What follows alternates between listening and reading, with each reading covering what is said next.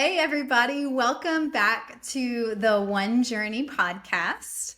We are going to be talking today about habits, and it may seem like a overused word for something that I think all of us are a little nebulous about, or maybe you see stuff in your Instagram all the time that talks about how to create habits or build habits or sustain habits. That's not actually what this is going to be. We're going to look at the habits we actually have, and we're going to talk about spiritual habits, because the reality to me is that it's our habits that shape us, but very often we're unaware of which ones are working, which ones we've tried, which ones we've discarded. Maybe other than like New Year's, where we look a little bit deeper at like habits that we might re-implement. But the truth is, we all have habits. We all adopt new habits. We discard habits without even thinking. So today's going to be about a conversation about habits, and I'm going to ask you guys quite a few questions about your habits. And then we're also going to talk about a few really simple habits if there's one that you might want to adopt into your routine. And we're also going to actually listen to God about our habits. The thing that I would say is a thesis that I have in life is that it is little habits that you adopt that will absolutely transform your life. And it's so simple and so easy to do that we often just don't even really give it a chance to grow. So that's kind of where we're headed. But I just want to start with John and then Anne Marie. Tell me about, what comes to your mind when I just say, what are your daily habits? And this is good, bad, ugly, or you may say, say anything. Just be honest. What do your daily habits look like? That phrase daily habits has a negative connotation to me because I grew up in Western Christian culture. And so, like, I felt like daily spiritual habits were like a big deal. It was, you have to have your quiet time. You got to read your Bible every day. You got to memorize verses.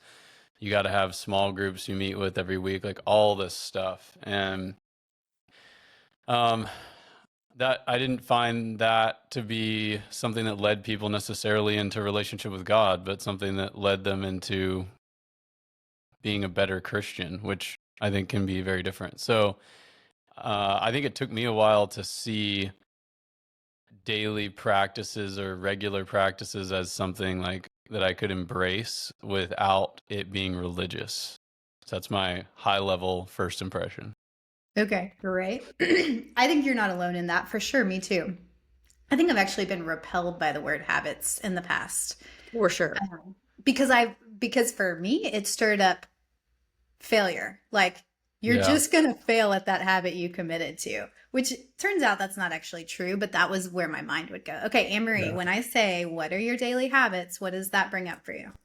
Same thing. I mean, it's an old trigger. Even though I actually have daily habits, Of course it's you an, do. it's an old trigger for me. Same thing as John. It also is even good. I think it goes back even further than that, is that I think I decided I was an undisciplined person really early in my life, Hmm. Yeah. Me too. and that it was impossible for me to be disciplined. And so anytime I'd set up a program for more discipline in my life, I would fail. And so it's just an exercise in failure. And so, I mean, New Year's resolution, never once have I ever succeeded with the New Year's resolution for any length of time. And I think what changed for me was when I began to connect habits with desire. Oof. When I began to connect it with things that, instead of things I have to do or things that I think I should do, which kind of goes back to what John was saying, Hmm. but back to what I want. I want to nurture my relationship with God. I want, and goes back, you know, to my early relationship. Also, once again, I think one of the things that helped me, and we've talked about this before on a previous podcast, but, you know, getting into a 12-step program where there were daily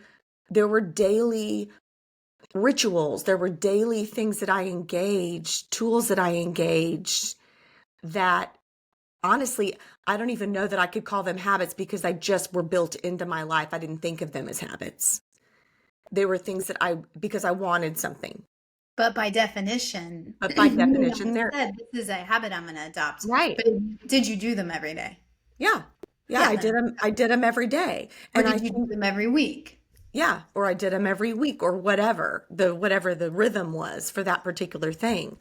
But I think that when I look back, when habits are connected to desire, it kicks in a whole new thing for me Yeah. because Yeah, I want to do it. that's when I met Heather, she kind of opened me up to the psychology side of this and the research Mm, side of it. And that really redeemed a lot of the idea that I'm going to do certain things over and over again. And like, particularly the concept of renewing your mind, that like you are always training your mind to think. And so, and you're developing these thought patterns. So, which ones are you going to develop? You don't have to think of it as a daily practice, but daily, nonstop, you are practicing ways of thinking. And so I think that taking that to different levels, I realized, in sports, it's like to achieve your potential, you have to be regularly practicing these quote unquote skills. And then, so when you remove it from the religious connotation, mhm. it's kind of like freeing, and I could embrace it a little better. Yeah. And I use the word habits, but I think we can expand it even more so that it's not quite so limiting to just be things that you do often that produce the results of your life. And then if we want to go the other direction, the word I didn't bring up was a word that I think is even more restraining than habits, and it's discipline. And especially in the religious context. Because I think that just like you, Amory, I think I've often thought of myself as super undisciplined because I was judging myself based on these disciplines that I thought I should do that I didn't even want to do, Exactly. or that I continued to fail at. And I wasn't even giving myself any credit for all the disciplined things in my life that just were there because of desire, because I didn't think that they counted. It's Mhm. like I did them. That doesn't I count. did Yeah. them. I journaled every day, not because I should, because I like to write. I like to get my thoughts on paper. Well, I don't even give myself credit for that as being a good discipline. The reality is, your whole life's been shaped by all these good disciplines. It made me laugh earlier because we were talking about this on text. The three of us were talking about this topic, and John said, "Well, I really don't have a lot of daily habits," and it did make me laugh because I'm like, "You're one of the most disciplined, routine people I know. You have so many daily habits that are brilliant." But he loves them. It's who he is. He's engaging them. He's just not thinking of them as like, oh yeah, these daily habits shape my life. My dog wants to join the conversation. Yeah. Okay, so from that place of not the shoulds, but just the actuality of your life, like what shapes your life today? Because it's going to be different for different seasons. As soon as you have kids, all of a sudden you're getting up at a different time. You are entering into all these daily disciplines to keep the family going and alive. So just for a minute, think about it doesn't have to be, sorry about my dog, I'm about to put him up, but it doesn't have to be in any category. I just want you to think about the main habits that do shape your life right now. And either one of you can jump in and tell us a few of them. Mm. Mm. I'm What just are yours? thinking about Can you think something of? really Such an funny easy right. question. It's hard. What? Yeah.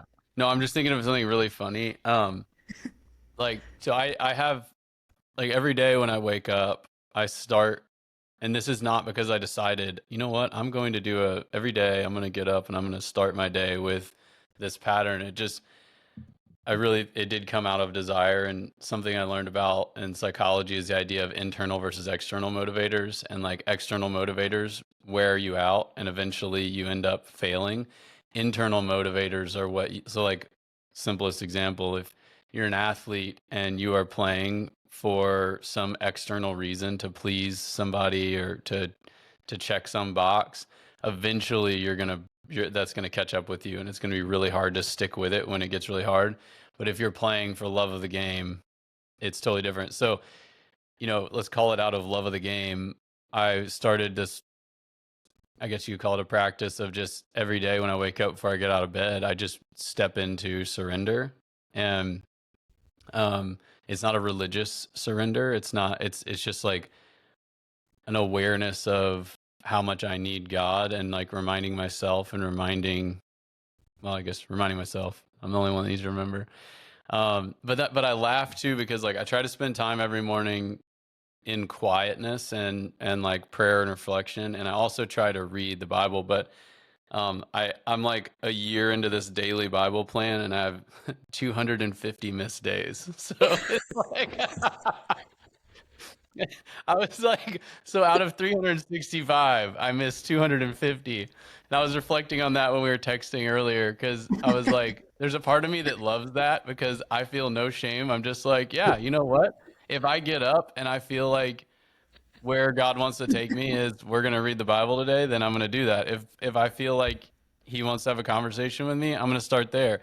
Sometimes I just wake up and my mind's on fire about something I want to write about, and I just start writing. And it's like, but I do think that the idea of like starting with surrender and creating some quiet space before the world just gets going so fast that you can't think clearly, that's super important to me. But creating freedom within that, for it to be led by connection and not just, hey, here are the 3 things I do every morning for 15 minutes. Yeah, for That's such a sure. good answer, John. I Yeah. love. See, you're It's so very good. much, look at you. Y'all are killing me. That's very similar to mine. I love that. I love that idea of surrender. I might have to adopt that one. But how God seems to somehow find a way to lead me into surrender in some form or fashion, even if it's not right when I open my eyes. But that's very similar to mine. I've learned that I really love getting up early Yeah. before anybody else is up, before Jeff is up. And I do the same thing. I connect. That's the most important and powerful thing, is that connection with God. And that connection looks different. One thing that is always the same though is I always make time for sitting in silence with God. And that's my favorite thing, is sitting in silence with him. And it's interesting, and even the way that looks with him may look slightly different, you know, where my focus is. But I used to start, I would listen to some kind of meditation music or something like that, and I've even stopped that. It's just complete silence, and I absolutely love it. And then I'm usually reading something, reading some sort of spiritually focused materials. I was telling y'all about a book I'm reading right now, earlier before we got on. And, sometimes I read the Bible, sometimes I don't. There's usually some sort of reference to that woven in, like I'll look something up or whatever. So I'll go into a deeper dive in that space every morning. And then I find that what's interesting about habits and practices is that I'm asking Jesus about everything now. That started out as a much more intentional thing of sit down, do this kind of exercise with Jesus or whatever, this kind of practice with Jesus. But now it's just become woven into my rhythm with So him. good.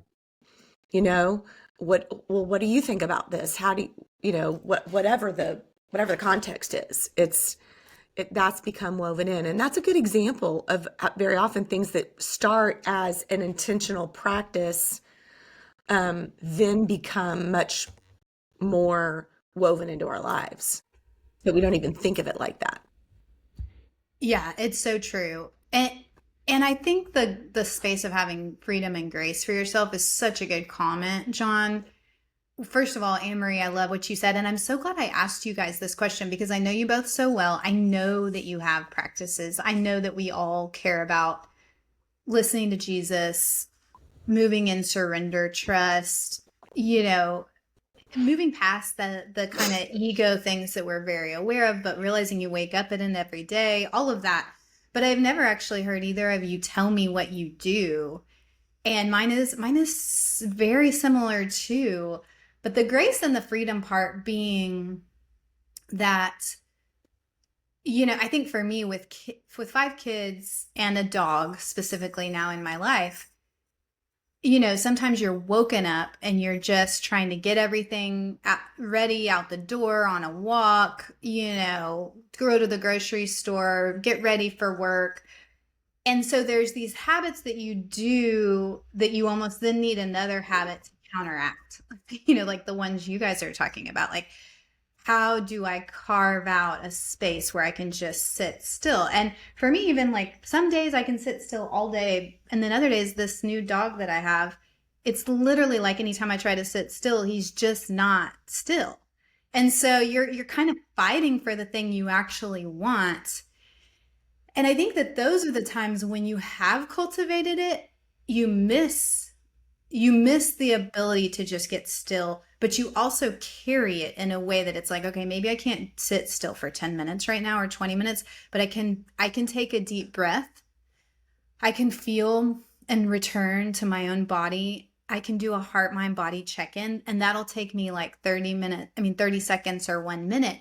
But the only reason I can do it fast is because I did it slow for a while, or I did it for a season of my life very often. And so I think there's gotta be just a lot of grace for understanding that, say maybe I only practice something 5 times, but I did learn how to do it. And the breathing one is a big one for me. I will say that's one of my main habits. It's like we're all breathing, we know that. But learning to breathe intentionally, especially when I'm feeling myself holding anxiety or feel pain in some way, and then I realize I'm breathing so shallow, or somehow my nervous system's dysregulated, or I feel like I'm just going. Just the simple exercise of taking a deeper breath, maybe 3 times, holding it, releasing it louder, stronger through my mouth, slower, just this intentional breathing practice versus the not ever thinking about my breathing, which I did for years, has been a life changer for me. It's so simple, but I do think it's like helped my health in every way. It's helped my mental health, my physical health, my spiritual health. And now that practice of just intentional breathing deeper, whatever that might look like, maybe I'm actually watching somebody lead me through a breathing exercise and it's 30 minutes, or maybe it's just 2 breaths that are deeper for myself. That has definitely gotten woven in. It's a thing that I just go to. It's a connective place for me with God too, because when I breathe deeper, I remember where that breath came from. I know 1,000% that that's the Spirit of God giving me life right now. And so there's all these other places that are kind of like knowledge places in my brain of like, okay, spirit, pneuma, breath.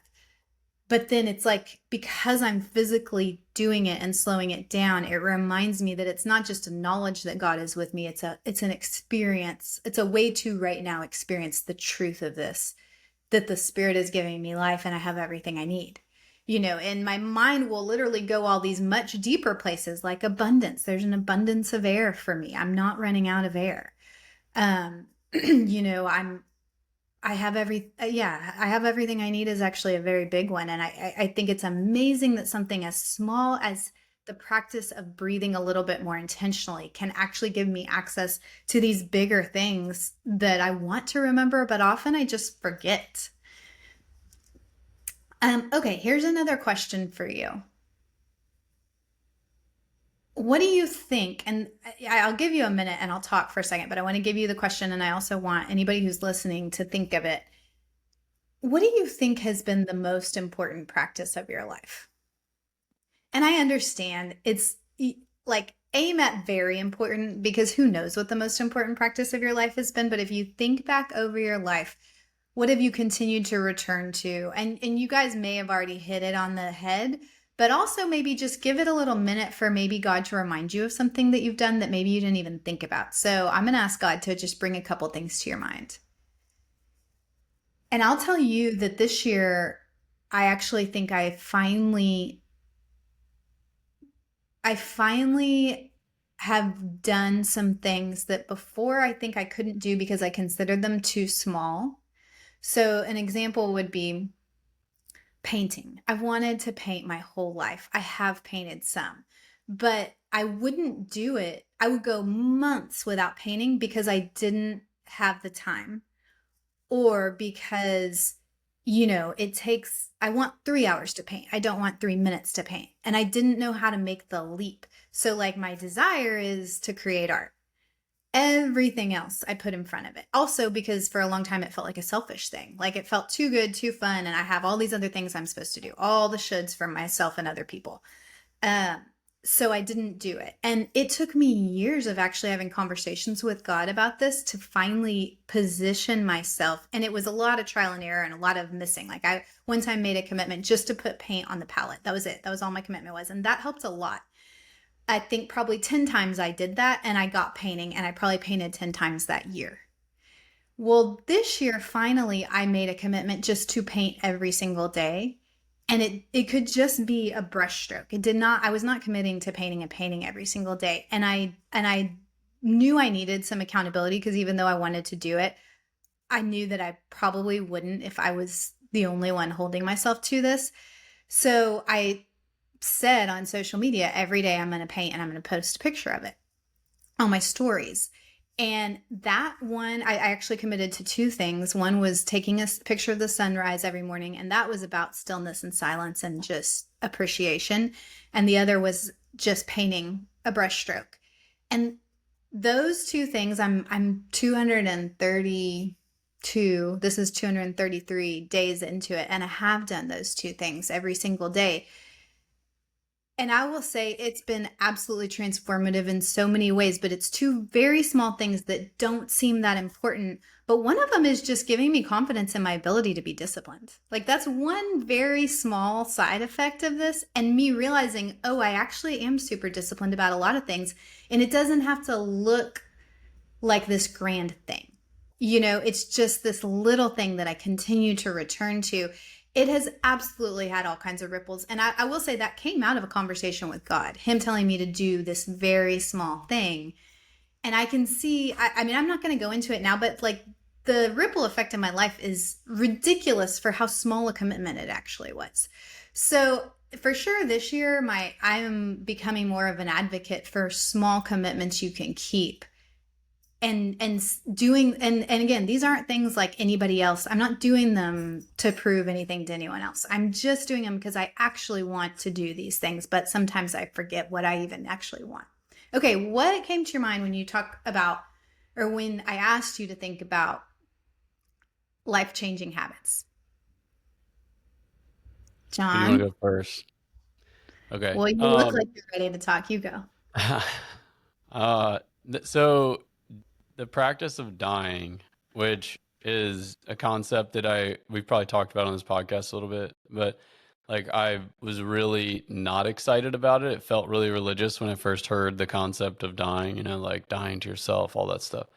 But I found so much freedom in it, because I've realized that the practice of dying is just realizing that I don't know what I really want. I don't know what's best for me, and that pursuing pursuing things that are self-obsessed is always a dead end road. And so when I feel offended by someone, I now know that that is mostly my ego. That's not actually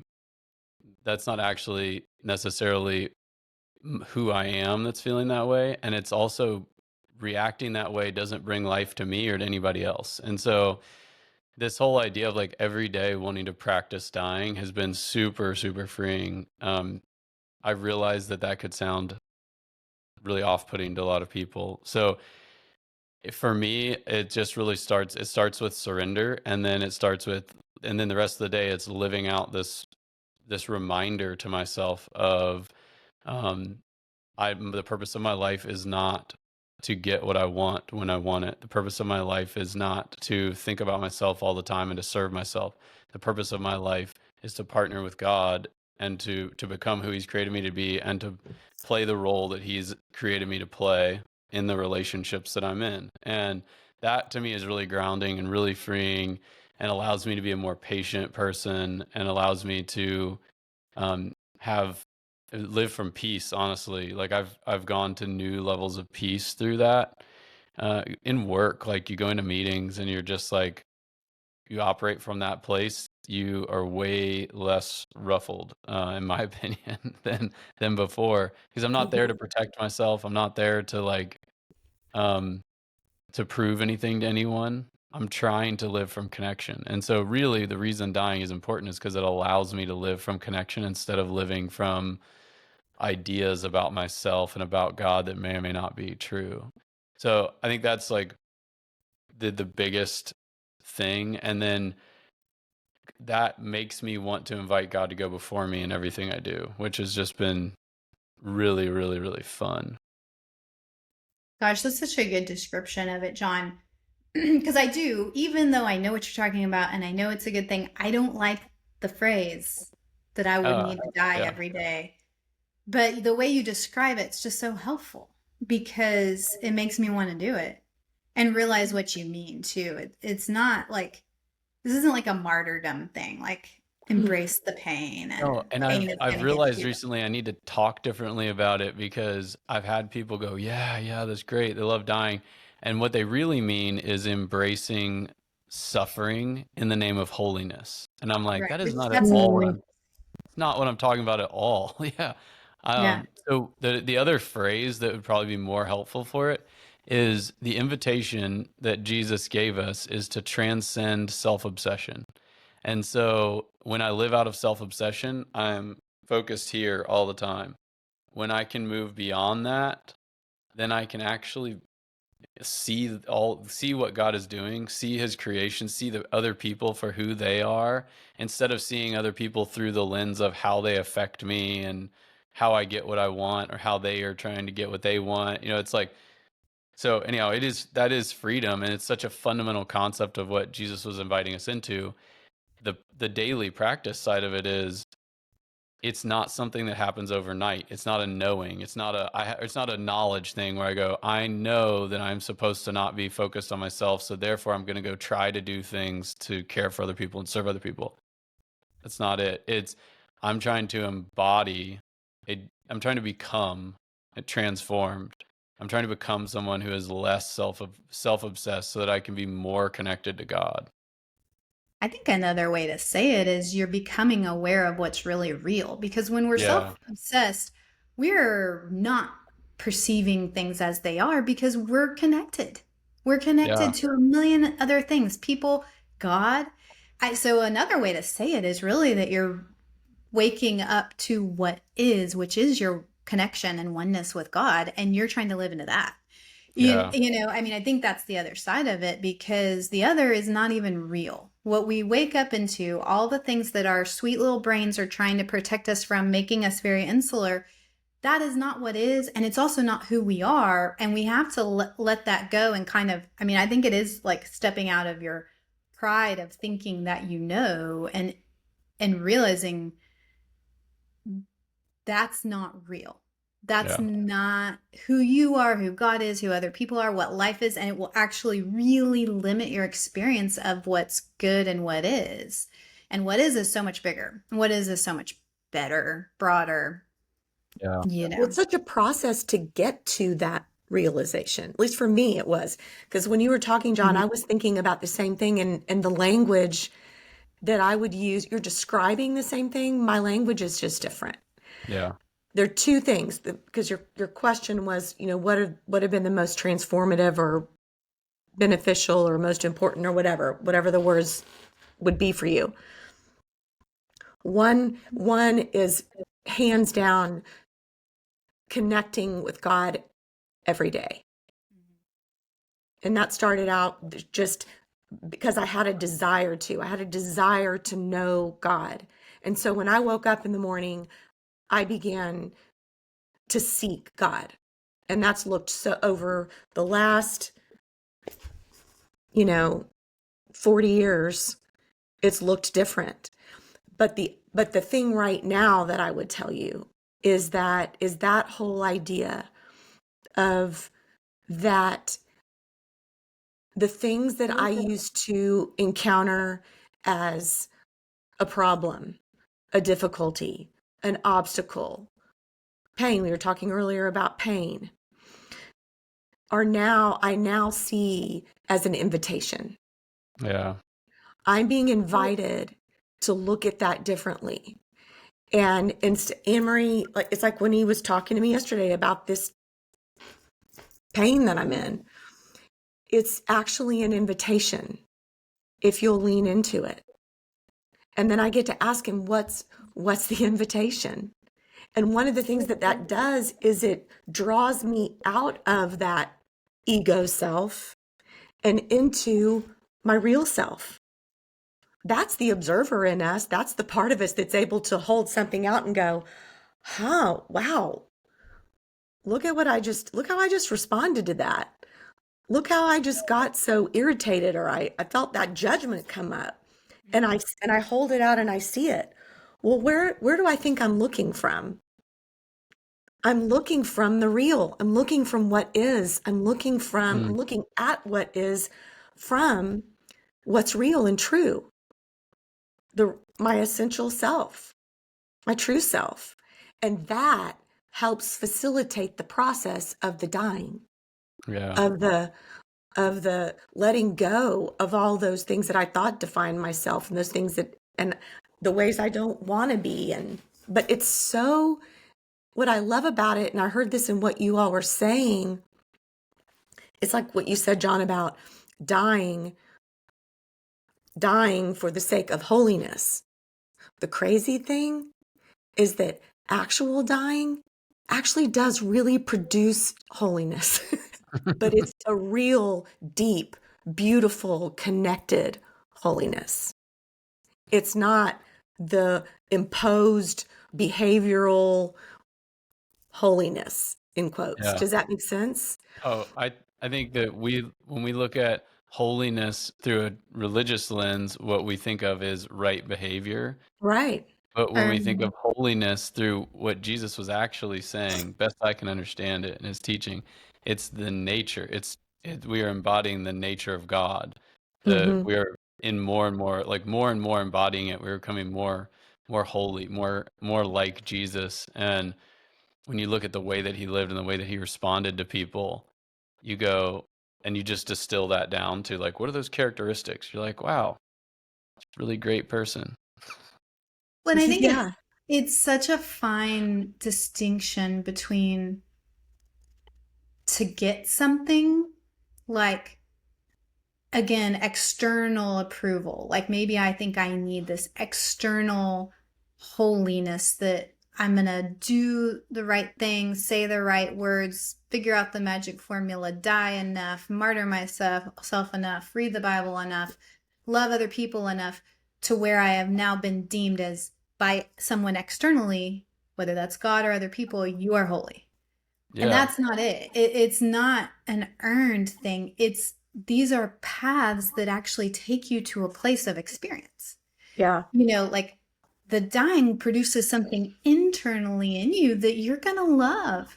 It's like, you're going to love this way of life. It's not easy. It's not like it, but it'll have ease on it. It's not the broad path. It's this narrow path if you walk it, but you're going to see these amazing sights. You're going to go places you've never been, and you aren't going to necessarily know where it is, but you're going to thank me. I think this is the same thing with habits. It's like, I really could have no clue where doing a daily habit that in the past I wasn't able to do what that would produce. But when I get there, I have this experience that's something so far beyond what I could have created by muscling it, or I don't know. It's really about this path and this journey. And I think that's holiness. Like, holiness is really an experience of oneness, or an experience of life in a whole other way that's beyond what we controlled, or what we, the box we checked. I mean, is probably the easiest way to say it. But for so long, I've been so worried in my life, especially when I was younger, but I've tried to do things to get a certain level of validation, rather than realizing I'm being invited into things to be transformed, and I will feel that and enjoy that, and probably others around me will as well. So good. Yeah. Yeah. I remember when over a couple year time period, I started getting all sorts of approval for the first time from really religious people. And I was like, this is so weird because the path that I walked early on did not get a lot of approval because I was not trying to check boxes and make people, you know, approve of me as a good Christian guy. um, but as God transformed me and as I lived from oneness and went down this very different path from the one that I was feeling like I was being told to go down, all of a sudden it was like who I became someone that that people really felt safe with and like um approved of. I This is kind of weird. I've never like said any of this to people, but it was just like this super interesting thing where I go, wow, you've done a work in me that now is bearing fruit externally without me trying to do something externally or check a box externally. And now it that is like making people experience me in a very different way. Mm. Mhm. So interesting because we are so different in that way. And I can totally see what you're talking about. And I think it's one of the reasons I love hearing your perspective. But that is an interesting thing. Um, just a byproduct too. And I think too, I want to just acknowledge that again, we're definitely talking in the territory here of the human journey. Like we all, whether it looks like me, which is opposite of how it's looked for John, we both have been motivated externally, maybe not by other people, but by some form of this is the way things should be. And one of my very favorite teachers ever, her name is Tracy Goss. She has this one phrase that's there is no way things should be. And it sounds so simple, but and I don't even think I understood what she was saying for so long. But she literally means there is no such thing as should. Like there's meaning, like should we be loving? Yes. Should we do good practices? Yes. Should we? Yes. But it's more like the should that we think that drives us externally, whatever we think it is, doesn't exist. It's not real. It's been created by some form of our experience, our culture, our personal mind, how that intermingles. What does exist is like relationship with life. And I feel like I'm not saying this well, but what I'm trying to say is there is something beyond the should that we all feel, and it's more. So that's where we immediately start to flip into if we'll let ourselves go there, it's desire driven behavior. And so the simple shift from what should I do, there's no way things should be. There is no such thing as should. What do I really, really, really want? And you just said it really well, Amory. Like you really did want connection with God. So one way or another, that found a home in your day to day. And John, were you going to say something? Yeah, because I think I have a different way I've been learning to talk about what I think you're saying, just different language. But Yeah, good. the shoulds always lead us with our human brains to behavior change, to trying to look a certain way, trying to be a certain way. What Jesus was always inviting us into is transformation. Transformation doesn't start with shoulds. It starts with connection and relationship. And so I think where people get hung up is they go, well, there are a bunch of ways that you should act and should be. And you go, if you start there, you're going to have a real hard time getting back to transformation because there's a bunch of paths with a bunch of different people groups in a bunch of different parts of the world that have clearly outlined shoulds. And so you can spend a whole bunch of time checking all the boxes on one set of shoulds. You can flip to another set of shoulds and try that. And you can just recycle all these different theologies and shoulds. If you never get to the place of living from connection and allowing God to do the transformation that he wants to do in you, then you're missing it completely. And that's where I really come down to bring it back to the idea of practices. Are we viewing our daily life and our journey, our one human journey through the lens of transformation and connection? Or are we getting stuck in trying to look a certain way and trying to get approval and trying to check boxes? Yeah, that's a really good way to say it. That's helpful. And it also makes sense in the sense of like how God has actually interacted with me in a way that made me feel seen, loved, known has always been from the place of connected relationship and love, not from the place of should. I think that's why should kind of feels repulsive, especially when it's around Jesus or God. When we take what we already naturally do, which is trying to like get this external validation, and then put Jesus on it, and we believe that that's him, but we don't actually feel the resonance of connection and transformation, it's kind of repulsive. And we don't know why. We're like going, well, but this sounds good and it looks good. And maybe it's right there in scripture. It's the red words in scripture.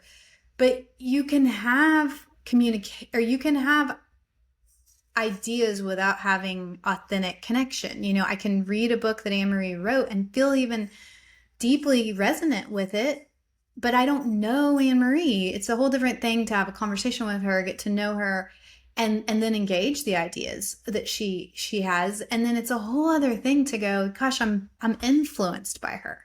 I heard her talking about this thing about silence, and I don't know if I can wake up every morning and do silence, but I know that I could do it maybe for 30 seconds right now. I'm going to try it. It is that thing. So I really appreciate the word connection and transformation versus starting with should. And I think that it's important, though, to realize very often we default to should, and that's normal. This is human. This is normal, especially around habits. Like, well, I don't want to go exercise, but I should. And the truth is you should. Yes, you should go lift weights. Like, this is a real thing. But what's actually going to get you there isn't always the should. You've kind of got to tap into that other motivator. Like, well, what do I really, really want? Well, I want to be strong. I want to be healthy. I want to be with my grandkids. Well, how can I enjoy this exercise? So some of it's just like, I think, kind of trying to actually get us there in our practices. And that's the point of this conversation is I don't want anybody to come away from this going, well, I should be more like whatever they just said. I should be listening to Jesus more. I should be. That's not going to get you there. Let's take a minute and actually figure out where you really are. What do you really, really want? And then we're going to take a minute and listen to Jesus about a practice you could integrate into your life right now. You can fail at it. You can forget about it. You can come back to it. Like, I'm not even looking for a perfect practice. I just want you to be able to have a conversation with God about a practice that would actually impact your life. Because I think I could come up with 20 shoulds for myself. Or not shoulds, but practices. I'm good at creating ideas, not always good at following through. But when I've asked Jesus for a practice and I've done it, crazy good things happen. So for a minute, I'm going to ask Jesus 2 questions. And if you're following along at home, I'm not going to make them long, but you can pause this so that you have a little more time. Before we do the 2 questions, just breathe. Let that be a practice that reminds you that you are connected and that the Spirit of God is already with you. You don't have to worry about whether you hear God or not. You do. The life that you have is from God. I'm not saying it's always clear. I'm not saying you know the difference sometimes, but when you're moving in a place of love and light too, I'm 1,000% sure that it's coming from a place of connection to God. So when you breathe, it's a way just to remember that the Spirit of God is so near to you. So take one deep breath in and just notice what comes to your mind. And I'm going to ask Jesus to just help you do a very short habit inventory. I'm going to ask Jesus to highlight some habits that have been really good that you've already been doing. So just notice what comes to your mind what may be coming may surprise you. It may not be something you even thought of as a habit, but just notice what comes to mind. And I'm going to ask that question one more time, just so that you can not worry about understanding the question, more just notice what you notice. Jesus, what are some highlights what are some habits that I already do that you want to highlight that have been good in my life?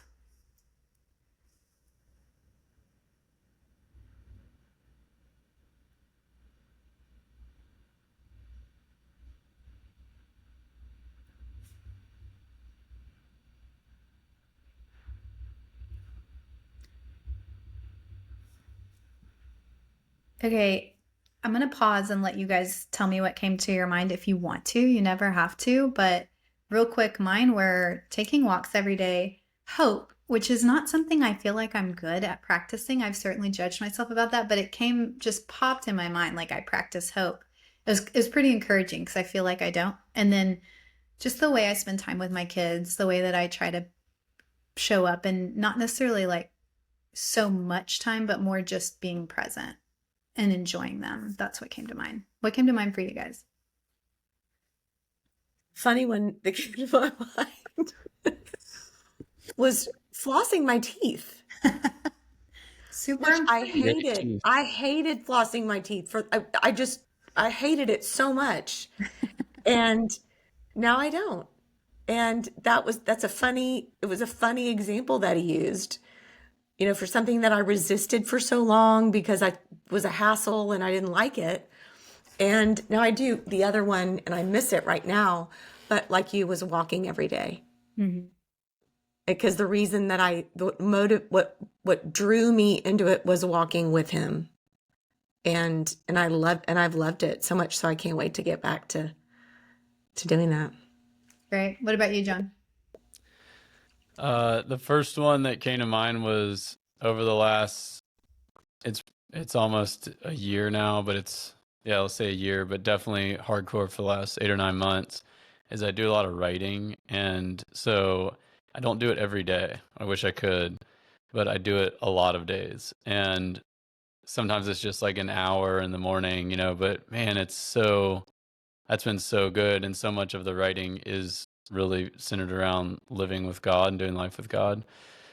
So man, that practice has just brought so much life to my life. The other one was years ago, I decided that I never wanted, when my kids woke up in the morning, I work from home most days. I never wanted them to come into the office and feel like they were like interrupting dad and dad didn't have time for them. So like no matter what I'm doing, I'll stop and go spend time with them. And so, some days I have a lot going on and it's only like 10 or 15 minutes, and other days we'll sit there for 30 minutes or an hour. But it's like I can see in their reaction to me that they expect that I want to be with them that day, first thing when they get up. And I see in my heart to do that with my boys and Maya, but Maya gets up really late. I see that that's God's heart towards me. And so like, I feel like in practicing it, I just am reminded that that's how God wants to relate to me. And then the other one is just, I try to exercise at least 5 days a week. And when I do that, it just helps me in so many different ways. Yeah.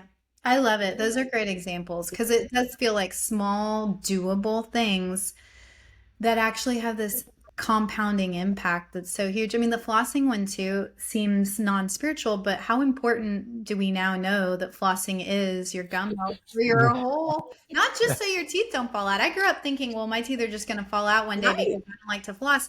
But apparently now it's like whole body health is really impacted by your gums. Who knew? Now we do. It's so typical of me though that he would bring up something random like flossing.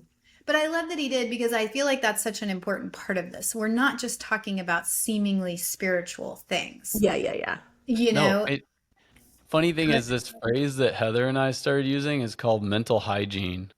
And I think I've shared it with you guys before, but it's like the flossing thing. There's like practices that we need to do every day to keep our minds clean. And I don't mean that in like a overly religious or spiritual sense even. I just mean like yeah. if I'm being super Healthy. negative on myself and speaking words to myself in my brain that are not life bringing, then that is bad mental hygiene. If I am spending time instead thinking over promises of God that I know or want to know to be true in my life, then like that's really good and life bringing mental hygiene. So I mean, it's like flossing your mind every day. Totally. And I'm so Way to glad that bring you that around. lost your mind. It's so important though, and I think this is one thing that I don't even know if I should say, but it doesn't really matter. I'm just going to say it because we talk all around it on this podcast. But I grew up in a portion of Christianity that some of the practices are the exact opposite of what you just said. Like this concept where it is holy for me to practice self-flagellating in my mind, Yeah. Mhm. Yeah. oh, I'm nothing. I'm just so worthless. I'm just a sinner. I can do nothing. And that's pulling scripture out and not seeing the whole context, because there's a whole other side to this. A lot of those scriptures, and there is context. And whenever one of my favorite things about this job for 22 years or maybe longer, I've been helping people hear God's voice. I've never one time, not even once, heard Jesus say those things to people or tell them to say those things or rehearse them in their minds. It's the exact opposite. He says, no, I love you. I've forgiven you. I've made you holy. You're my child. I'll help you. I empathize with you. I was there in your pain and it broke my heart too. I didn't want you to go through this horrific thing, but I was with you. And I mean, all these things. And then he's so gently telling people to have good mental hygiene, think on these things, these lovely Yeah. things. And so I think if you're coming out of a denominational background that thinks those things are the way that Jesus wants us to act towards ourselves, maybe just ask Jesus about it. Amory, you go, because my dog's barking. I'll be right back. No, there's a lot of truth to that. Because it's and even going back to the very beginning of the conversation, Jesus has so much compassion with us and wants us to show compassion to ourselves. And so the way into practices, the way into all the things, everything that I have spent any amount or length of time engaging with God has been connected to God. It has come from a connectedness to Him that gave me the desire to do that. And any ability that I have to continue in it is because I'm connected to Him and with Him in it. So good. Yeah. Yeah. So let's go to the next step of this practice. And that is, I'm going to ask Jesus, let me tell you what I'm going to do, and then we'll do it. Because I know that when you ask Jesus questions, you want to know what you're asking. But part of the key is just to breathe and not even worry too much about the question and just notice what comes to your mind. That's how you get into that flow of the voice of God, which is so much more than a voice. It's a presence that you get to tap into. It's living wisdom always available, and it comes in so many different forms. So it's not just a hearing, but the space you're going to process it is in your mind. I mean, everything gets processed through our minds. It's just part of being a human. It's an organ. It's a tool for communication. And so the question I'm going to ask is for Jesus to bring to mind one practice that would help you. Anything goes then, whatever comes to mind. So if the first thing you think is you don't need any new practices, and then your mind goes to drinking water, don't dismiss that. Literally, probably what Jesus may be telling you is drink more water. Like, don't worry about some big, even connection practice. Does that make sense? So really trust what comes to your mind. The only thing I would tell you to do is if it's something crazy, it doesn't seem to bring life, that's when you want to question it. Oh, this doesn't seem to be coming from a place of love or life. Then you just ask Jesus about that and be real honest and pointed in your question. But if it seems like life-giving, is drinking water life-giving, is blessing life-giving? Yes. Go ahead and just maybe try it on for size, and maybe don't talk yourself out of what came to your mind. Because very often we are feeling the Spirit of God. We are in the flow of life and we don't think it's real, or we think it's too normal or too a random thought, rather than just slowing down and embracing whatever is coming and maybe just giving it a chance and a try. So I'm going to ask the question. You just notice what you notice that comes to your mind. Jesus, what would be a helpful practice for me today?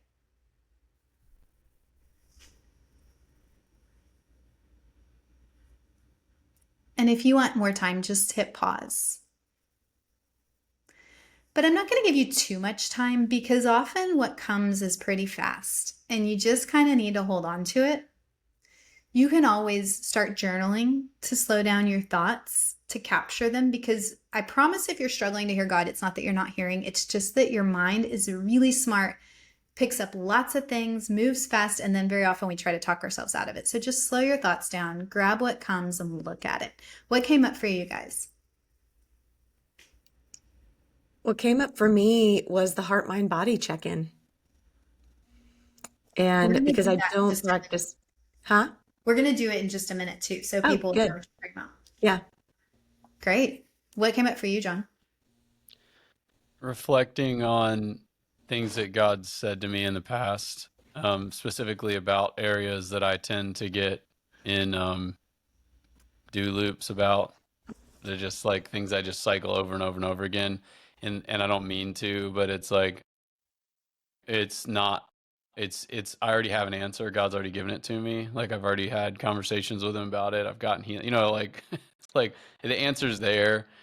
And sometimes I tend to get stuck in a do loop before I think, I should go back and like remember what God already told me here. So I think just if I practice more regularly, just going back and saying, here are those things that God told me, and I'm just going to remind myself without finding myself stuck in a do loop before I go back and look for it. Great. Mine was just water, which made me laugh because that was my example. And then it was like, that's what came to my mind. So I did start to dismiss it a little bit because I just said it. And then all these thoughts came to my mind about how today I've been thinking about water all day long. My friend yesterday Nikki told me I was dehydrated, and she's right. I'm pretty sure I might even be triggering these migraines. I've had these 2 migraines after going 2 years without migraines. I think it may just be as simple as that I'm dehydrated. So simple, but something I can do. But it's funny how the water one for me has actually been hard throughout my life. So again, there's just no judgment. And I think slowing down is such an important part. So we're going to wrap up this podcast, but I want to specifically look at whatever you're looking at. Maybe you take another second and ask God to give you wisdom on how to just do it today. And then maybe you write it down somewhere and then talk to him about it tomorrow. Whatever works for you. I think you know what works for you and what doesn't. I know that putting something in my calendar on repeat doesn't work because my eyes gloss over. But I do know that writing something down on my mirror does work. There's just different things that may or may not work for you.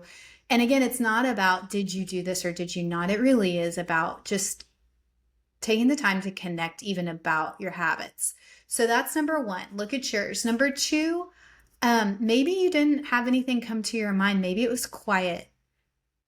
I want to encourage you that is an answer. Maybe the answer is you just getting quiet for 30 seconds a day. So don't be discouraged or draw a conclusion that you can't hear from God. Pay attention to the thing. So if you're like, I didn't get anything, it was silent, I would encourage you to just maybe practice a little more silence and see what happens. So whatever came to your mind, try to counsel yourself in the way that I just did. Don't dismiss it. Look at it. Look at what it is. How would you describe it? How did it feel? Maybe that's your practice. The last thing is I want to leave you with a practice that I promise will make you better. I believe so much in this practice, and it's what God gave to Anne-Marie. So Anne-Marie, I'm going to let you wrap us up by just telling us how to do that heart, mind, body check-in. Well, the way you want me to lead us through it or just talk about it? I think leading us through it like quickly and then just saying how you did it, and then we'll be done. It's such a simple practice. I love it. Well, the first thing that we'll do is check in with ourselves. How's my mind? How does my mind feel? How does my heart feel? How does my body feel? And just like Casey continues to say, those things come really quickly. And then we'll go back and ask Jesus. Jesus, what do you say about how my mind feels? And from your perspective, from your heart to mine, how does my heart feel? What do you say about that? And my body. What do you say about how my body feels?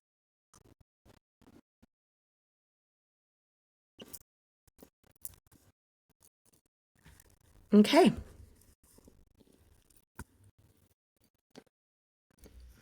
You want to That share? was so good. I'll share really quickly. Mine was immediately the sense I had. It was just more like a feeling about my mind was like we were laughing at how sometimes I'll get really up in here. I think my mind just by habit gets intense. And it was like, I felt like Jesus just said, at ease. Like it wasn't like a corrective thing. It was just more like, relax. Like it's all good. And then my heart, I felt like it just feels love and gratitude. And I felt like Jesus said, okay, just let it rest in that love. Like let it really like be at ease again. And then for my body, my mind was totally in the water dehydration place. And I felt like he said, dehydration station no more. Like that my mind does not need, my body, my mind, my heart does not need to be a station of dehydration. Poet, didn't know it. John, how about you? I feel like mine's a little complicated. A little too complex for the end of a podcast. Yeah, I got like pictures of stuff, and I feel like I'd have to explain it, so it might take a little while. But You don't have to. It's always an option if to you want me to, I'm happy to. But pass. No, you don't have to. all right, I actually love that skip option. then. Yeah, I love that we always allow each other that option of if you want to share, great. If you don't want to, you don't have to. You want to pass, you want to share a part of it, whatever. I think that's great. Okay, so what Amory just did is there's a really easy way in my mind to do this, and it's just draw a heart like an not a great drawing. It can just be that. Draw a little brain, just like that. Can you see it?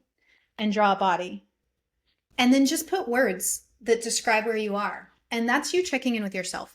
And then you're just going to tune in to that deeper voice that's within you, the voice of God, and say, Jesus, here's what my heart feels. What do you want me to know about that? So it's a tool for starting a conversation, because sometimes we know how to pray like this, but we don't really know how to have a good conversation. So it's almost like you checking in with your heart, mind, body gives you a way to say, okay, here's what I'm feeling or thinking or what my body needs. Jesus, what do you want me to know from your heart to mine about what my heart feels, my mind feels, my body feels?